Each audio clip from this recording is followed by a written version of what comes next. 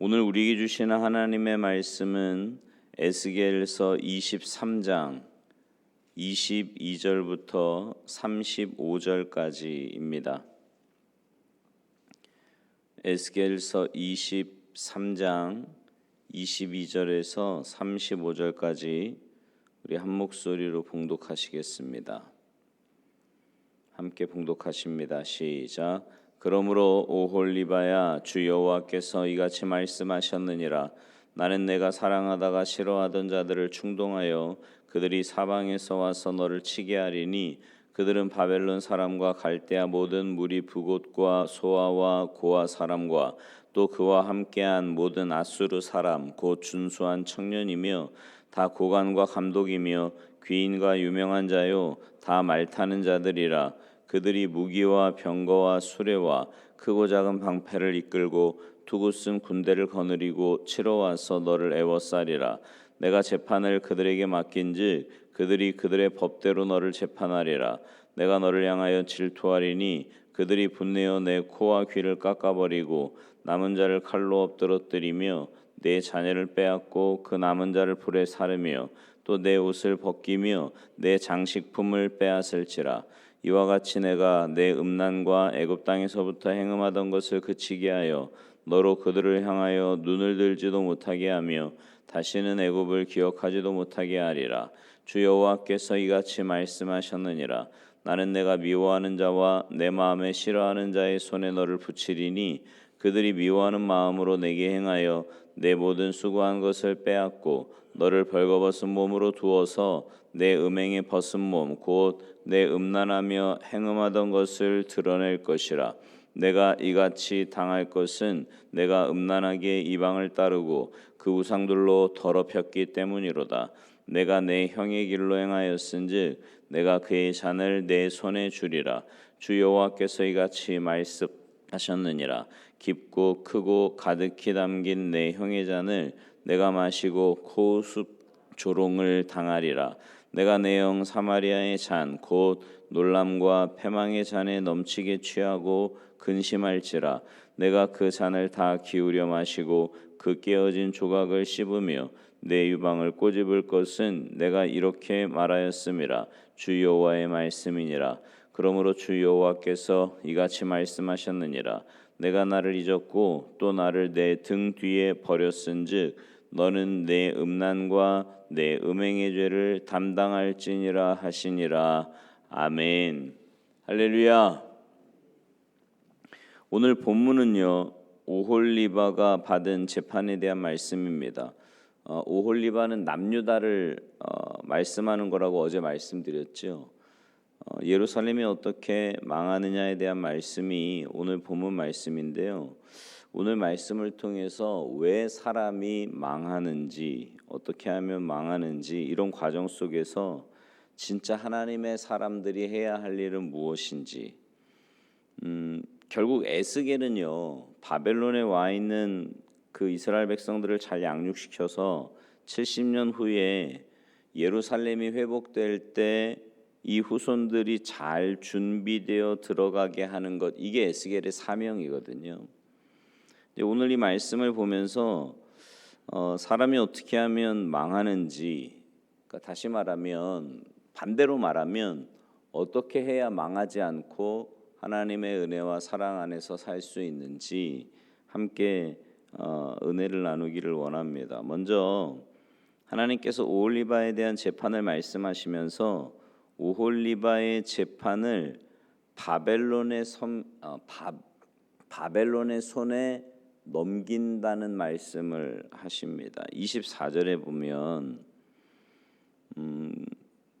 거기 하나 둘 셋 네 번째 줄에 보면요, 내가 재판을 그들에게 맡긴즉 그들이 그들의 법대로 너를 재판하리라, 이렇게 말씀하시거든요. 하나님이 이제 하나님의 법대로 재판을 해도 사실은 무서운 거잖아요. 근데 하나님께서 재판을 누구의 손에 맡기느냐? 바벨론의 손에 맡기겠다고 말씀하시는 겁니다. 오늘 우리가 깊게 생각해야 될 문제가 있는데, 그들의 법에 하나님이 내어 맡기셨다.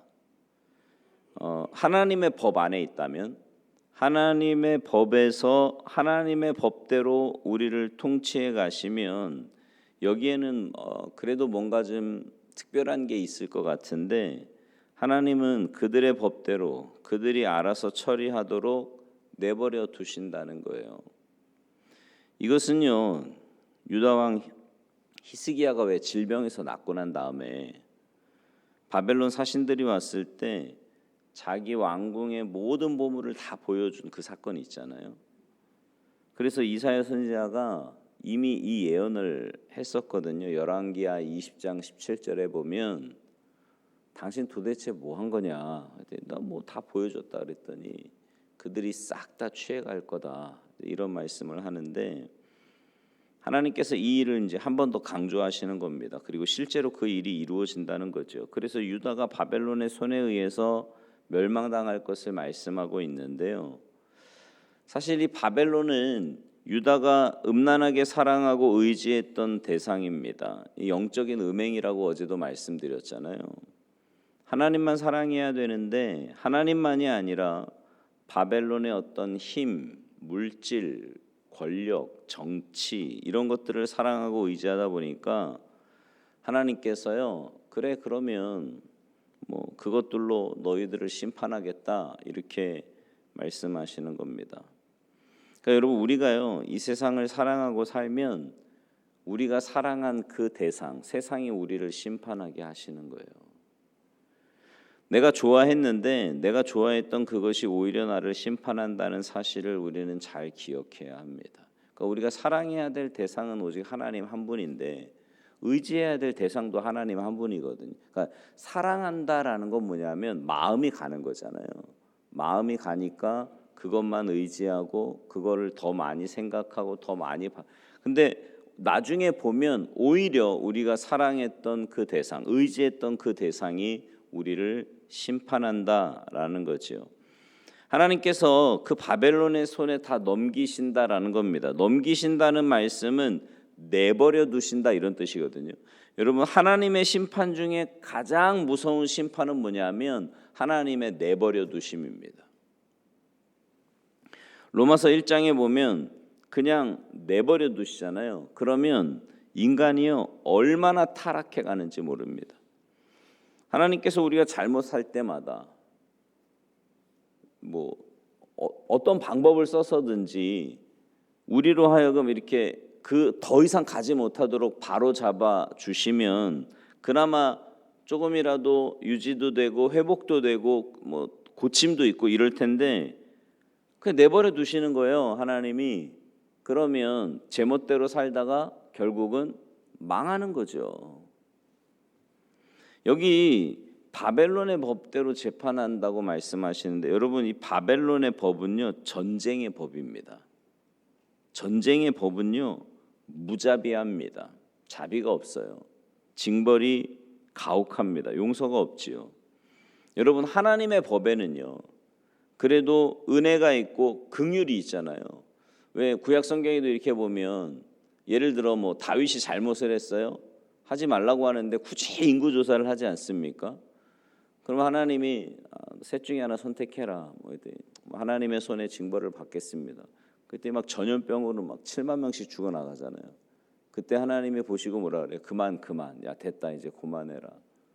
하나님의 징계에는 그래도 긍휼도 있고 이렇게 사랑도 있고 있는데, 세상의 법, 특별히 전쟁의 법은요 이건 무자비한 겁니다. 그런 거 없어요. 그러면 하나님이 왜 하나님의 법으로 통치하시지 않고 그들의 법대로 내어주셨을까?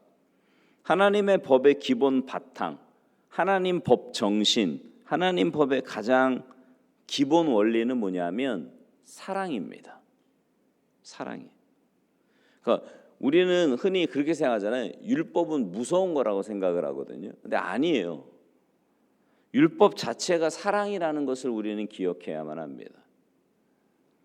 출애굽기 21장에 보면 10계명을 주시고는 그 10계명의 규례를 설명할 때 제일 먼저 하는 게 뭔지 아세요?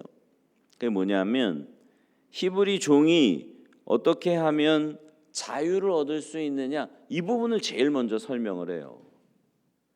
그래서 율법의 기본 바탕이 막 엄하고 무섭고 그런 개념이 아니고요. 하나님께서 그 백성을 어떻게 사랑하시느냐, 종들, 가난한 자들, 나그네들, 이런 사람들을 배려하고 사랑하고, 이게 율법의 기본 정신이거든요. 물론 율법에도 징벌한다, 그런 단호한 말씀을 하시기도 하지만, 그러나 바탕에 깔려 있는 건 뭐라고요? 사랑이라니까요. 사랑이에요. 근데 하나님께서 그 하나님의 법으로, 사랑의 법으로 심판하지 않으시고 그들의 법, 바벨론 사람의 법에 넘기신다는 거죠. 여러분, 이 전쟁의 법은요, 피정복자에게 자비를 베풀지 않습니다. 전쟁에서 상대방을 배려해서 뭐 싸우고 이런 거 있습니까? 없어요. 죽이지 않으면 내가 죽는 건데요. 전쟁에서는 뭐 자비라는 건 여러분, 오늘 본문 25절에도 보면 무서운 말씀이 나오는데요. 내 코와 귀를 깎아버린다, 이렇게 말씀해요. 뭐 전쟁터에서 흔히 있는 일인데, 이게요, 아무 생각 없이 읽으니까 그냥 별거 아닌 것처럼 넘어가지만, 실제로 이 코와 귀를 누가 자른다고 한번 상상해 보세요. 이게 어떤 의미인가? 사람들은요, 전쟁이 나면 인간다움은 찾아볼 수 없는 겁니다. 사람의 귀도 자르고 코도 자르고 엄청나게 무자비한 거죠. 이게 바로 전쟁의 법이고 그들의 법이에요. 그러니까 하나님께서 이 오홀리바를 재판하실 때 하나님께서 징벌하시는 정도가 아니라 그냥 바벨론 사람들에게 넘겨버려서 너가 알아서 하라는 거죠. 바벨론은 자기 감정을 더 쏟아부어서 징벌합니다.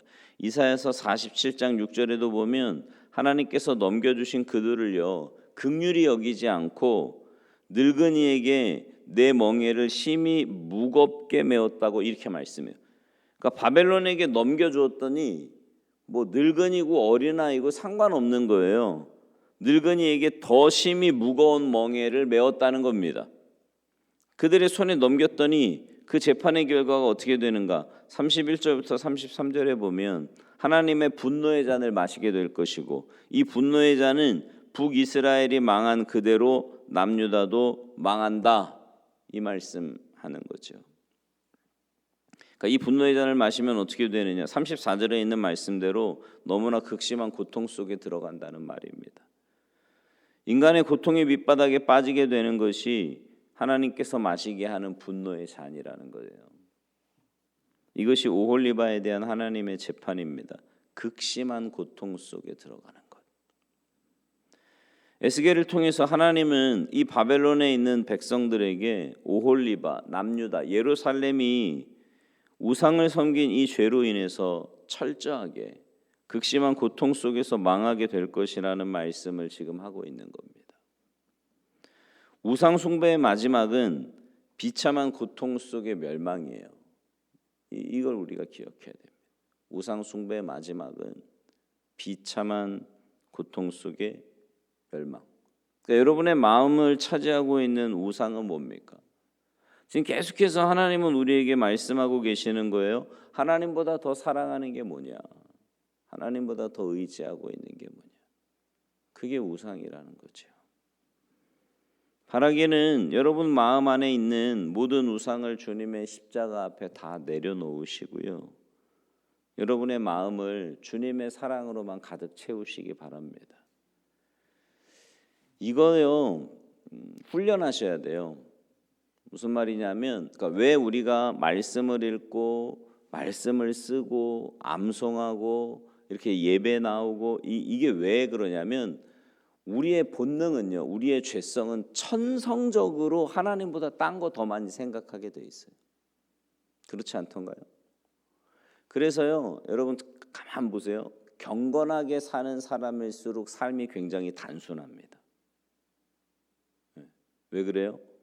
그 단순한 생활 속에서 하나님 생각하고 하나님과 교제하고 그 하나님의 뜻을 또 깨닫고, 그래서 그 뜻대로 순종하려고 하고 이렇게 사는 게 이게 경건한 삶이고 신앙인의 삶이라는 거죠. 그러지 않으면 나도 모르게 어느새 내 안에 다른 게 들어와 앉아 있어요. 하나님보다 더 사랑하는 것들. 문제는 뭐냐면 그런 것들이 결국 우리로 하여금 엉뚱한 길을 걷게 만든다라는 거죠. 바라기는 여러분 안에 하나님을 향한 마음이 가득 차도록 계속, 그러니까 늘 여러분의 생각을 말씀으로 점검하며 사셔야 돼요. 그냥 생각 든다고 다 내가 하는 생각이니까 막 이게 아니고, 아, 이거 지금 성령님이 주시는 생각인가? 아니면 마귀가 주는 생각인가? 아, 내가 지금 하나님 생각하고 있나? 아니면 엉뚱한 거 생각하고 있나? 이거 점검하며 사셔서 매일매일의 삶이 정말 주님 사랑하고 주님만 의지하고 그래서 주님과 동행하며 살아가는 복된 삶이 되시기를 주님의 이름으로 축원합니다. 기도하시겠습니다.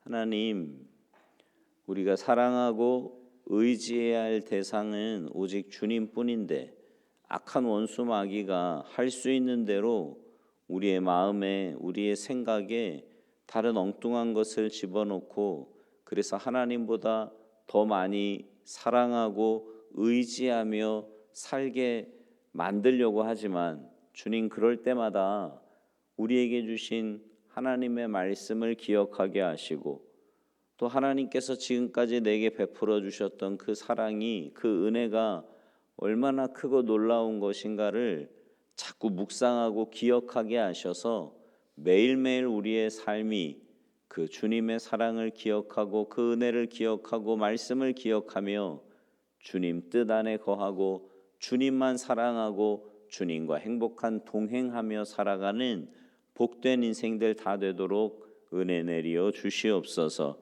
오늘 한날의 삶도 그렇게 주님과 동행하는 복된 삶이 되기를 간절히 바라옵고 원하오며 예수님의 이름으로 축복하며 기도하옵나이다. 아멘.